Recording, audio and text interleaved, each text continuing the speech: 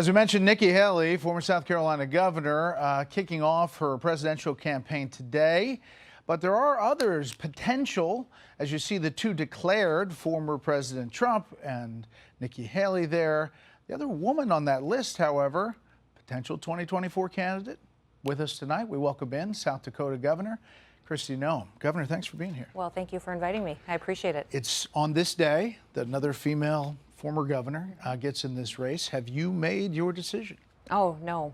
I'm focused on South Dakota. We're in the middle of our legislative session. We've got some important proposals, the largest tax cut in South Dakota history that we're looking to get across the finish line. And frankly, Brett, we're defending this country from China right at home because our president isn't doing anything. I want to ask you about that, but you have previously said that you did not believe that former President Trump offered the best chance, in your words. That's not true. What I said is he wasn't necessarily the only messenger for us, and was pretty clear that it is all of our responsibilities at this point in time to be the messenger for the Republican Party. We have for too long relied on one person to tell the story of what American freedom is, and I think all of us need to take up that mantle and make sure the American public knows what we're fighting for. So do you think other candidates should be in the race?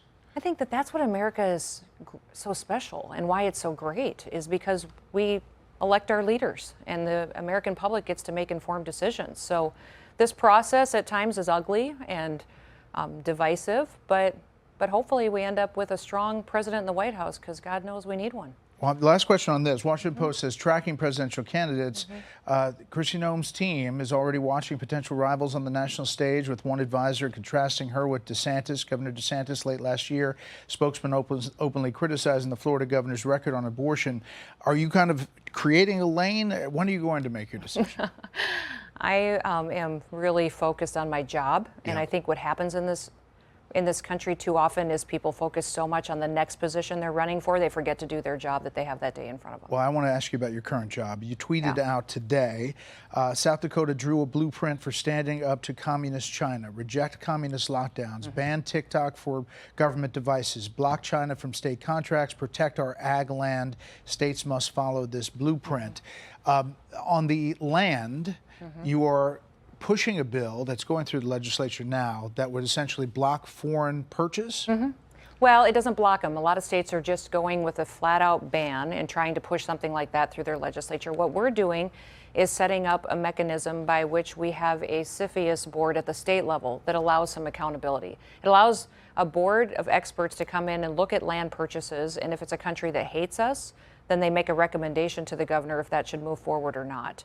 It makes sure that we still are able to do business in this country, but that if you're coming from a country like China that has for hundreds of years sought to destroy the United States of America, that we can stop those types of purchases, which isn't happening right now. Listen, since 2010 to 2020, we have seen China come in and invest in our land. They've increased those purchases by 5,300%.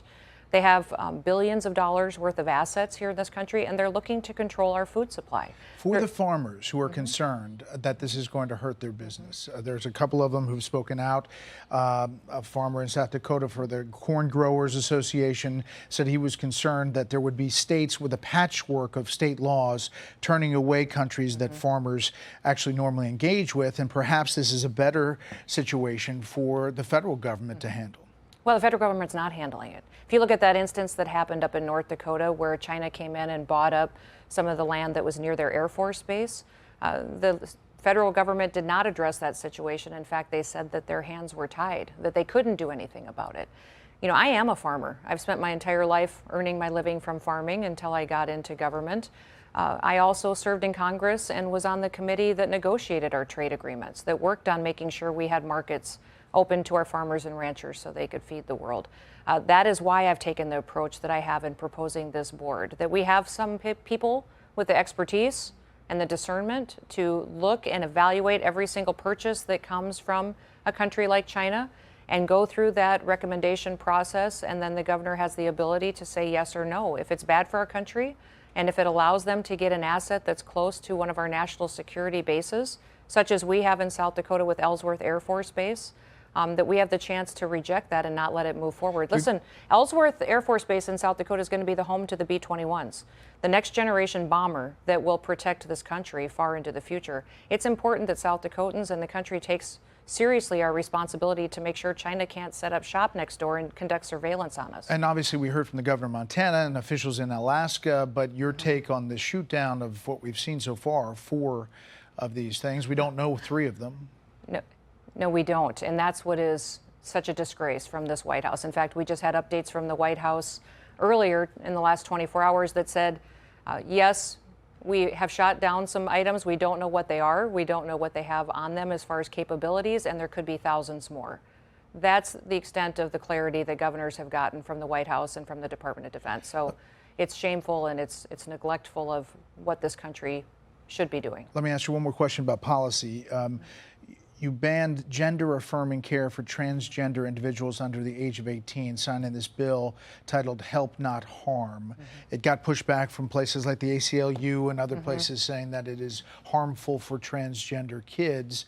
How do you respond to that? You know, there's a bill that worked its way through our legislature that I signed into law this last week, that for children under the age of 18, that they would not be able to have medical procedures that would do their gender affirming processes outside of a medical reason, and that it involves their family and decisions they would work on with their doctor, but making sure harmful procedures weren't happening that were compliant with just gender affirming definitions. And so that is a bill that went through a lot of debate and discussion in our legislature that was signed into law a few days ago. Well, Governor, we appreciate your time, and when and if you make your decision, we'd love to have you back. Sounds good.